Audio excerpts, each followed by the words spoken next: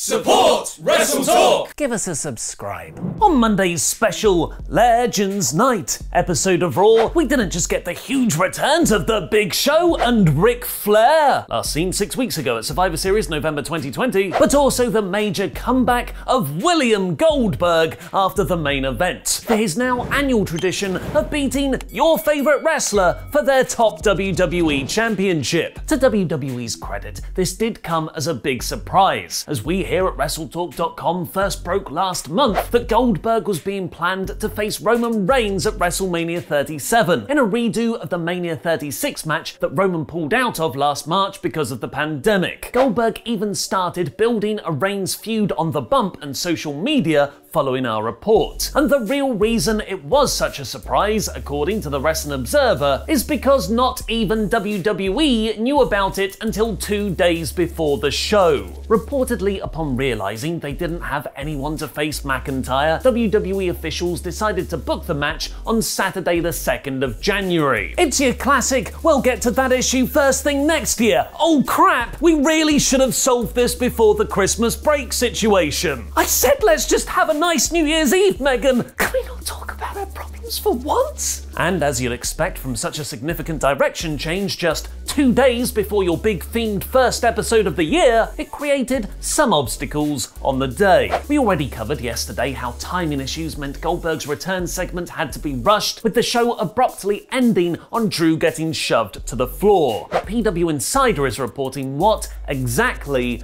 went astray. Apparently, the original main event was set to be Randy Orton versus Jeff Hardy, which would have made far more sense given Orton's episode-long story of bullying legends that never really paid off. But it was decided very late in the day that Drew McIntyre versus Keith Lee for the WWE Championship would close the show, because they wanted to end with Goldberg standing face to face with Drew. Face to knee, presumably being an acceptable plan B. McIntyre was actually meant to cut a promo after his match with Lee, but because his main event went over time, which can happen when you only decide the show format just hours before it begins, that had to be dropped. But Goldberg still came out and cut the same promo that had been scripted to reply to what Drew didn't say, which is why it made no sense, with Goldberg complaining McIntyre was disrespecting legends when Drew had done nothing of the sort. The ending also received heavy criticism for the closing image of Bill shoving Drew to the floor. It made many fear for a repeat of the worst case scenario we've already lived through twice, with Kevin Owens and The Fiend on the road to WrestleMania. Goldberg wins the top championship, LOL. But PW Insider have also revealed the planned ending to the show was actually to close on McIntyre looking strong. As the episode had already overran, the USA Network had to cut to the next program after Goldberg shoved Drew to the ground. But McIntyre was then supposed to stand up and give Goldberg a headbutt receipt with the Glasgow kiss, which probably isn't the best move to take for a man who just headbutted a locker.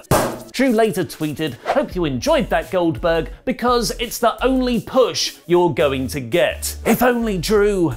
If only. But Goldberg's return wasn't the only major segment that went wrong on the show.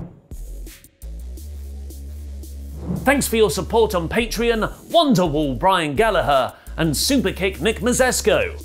Raw's Legends Night was originally meant to begin with an in-ring promo from Hulk Hogan, but they instead changed it to a baffling cold open where Hogan tried to sell a parody iPhone called the H-Phone, the only smartphone that doesn't record your secretly racist conversations. But at least the Hulkster was booked for his advertised appearance. Several other legends weren't so lucky. Because WWE seemingly has no problem with promoting stars they have no intention of getting to appear, which is the dictionary definition of carny. Beth Phoenix, Eve Torres, Hillbilly Jim, Ivory, Jacqueline, Kurt Angle, Michael P.S. Hayes, and Candice Michelle didn't feature on the episode despite being announced in advance, prompting Retribution's Mace to ask on Twitter, and where TF was Carlito? Fightful had first reported that Carlito and Candice Michelle couldn't get to the Thunderdome because of travel issues, which is understandable during a pandemic, but following Carlito himself tweeting a shrugging Machida Jones from The Office gif, Wrestling Inc. is now claiming he was never actually booked for the episode, despite being one of the most anticipated returns, because unlike many of the other legends who are there every other month, Cologne hasn't been properly in WWE for over a decade. Carlito was never officially booked for the show at all. WWE sent feelers out to a variety of talents, including Carlito, and someone internally in WWE apparently simply jumped the gun announcing his appearance. This was not an issue of travel problems or him being held up due to COVID-19 precautions. Apparently there is no heat between the two sides, as it appears to have just been a communication error, and there's nothing fans can be angry about because Card's subject to change. As Mickie James also appeared as a legend on the episode, some sites have claimed she's quietly retired from the ring. Inside the Ropes is reporting, though,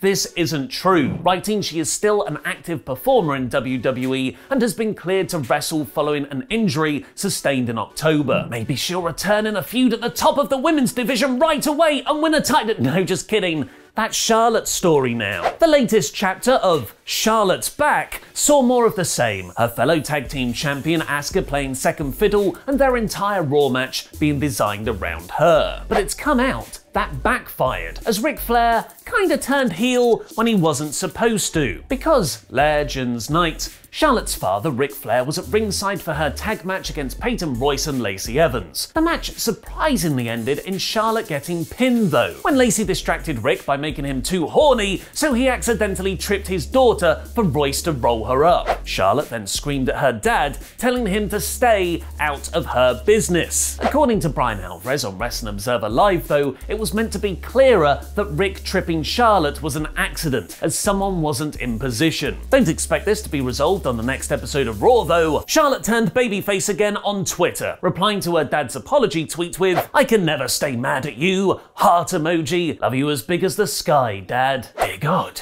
She's not just going for record title wins, she's trying to break Big Show's heel face turn record, the Omni Flair.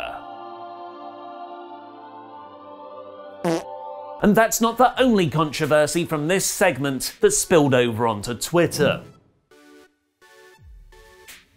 In line with current pornographic trends, Lacey Evans replied to Charlotte's tweet, "Now come give your stepmama some sugar, kiss emoji," and then turned her Twitter game on pop star Cardi B, who had jokingly called out Vince McMahon after she was referenced in a 24/7 title segment on Raw. "Careful what you wish for, you nasty. We aren't Nicki Minaj. You'll get sent home with more than a busted eye." Painting nails emoji, high heel emoji. A reference to Cardi B's reported real-life fight with Minaj in 2018, which brought a seemingly shoot reply from Cardi B herself.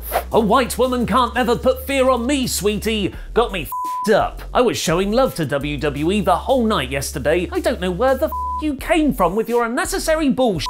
And wow, don't ever want to hear motherfuckers talking shit to me again." Cardi has since deleted that tweet, and Lacey has posted a somewhat backtracking reply, calling it just a friendly heads up. Raw wasn't the only WWE show so far this year to falsely advertise though, as Friday's episode of SmackDown promoted a special request segment featuring Roman Reigns, which was meant to feature the head of the family asking WWE for something. We still don't know because it didn't happen. And according to Ringside News, it's because Roman himself exercised his increasingly creative influence on the show. Reigns and Paul Heyman nixed the special request segment, instead preferring to close SmackDown on his latest lengthy beatdown of Kevin Owens. They turned down the segment after WWE had already told the social media team to promote it on Twitter though. So as the tweets were out there already, WWE acted like it never went out. This is just another instance of the right hand not knowing what the left is really doing. Vince McMahon didn't want to even mention or work around the social postings. New Japan's biggest show of the year, the two-day WrestleKingdom 15, concluded yesterday, where Kota Ibushi successfully defended both the IWGP Heavyweight and Intercontinental Championships against Jay White that he'd won from Tetsuya Naito the night before. Ibushi has now promised to unify the belts in the future and break Okada's success successful title defense record. Following his loss, Jay White has said he's done with New Japan following today's New Year's Dash show, in what is most likely a worked quitting angle. Elsewhere on the show, Takahashi beat Ishimori for the junior heavyweight belt, and Shingo Takagi had a brilliant match against Jeff Cobb. Head over to WrestleTalk.com for all our New Japan coverage. And wrestling in 2021 is hitting the ground ...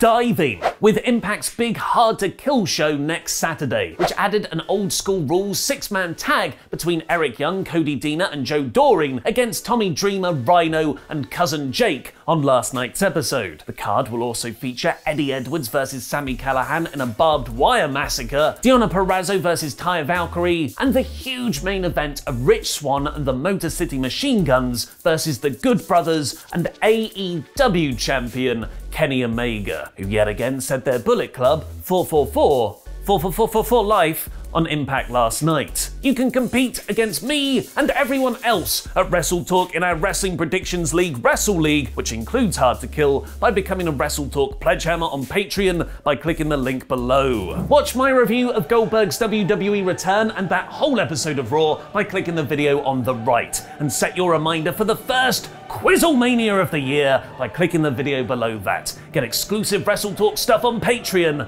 I've been Mr. Davis. Jam that jam.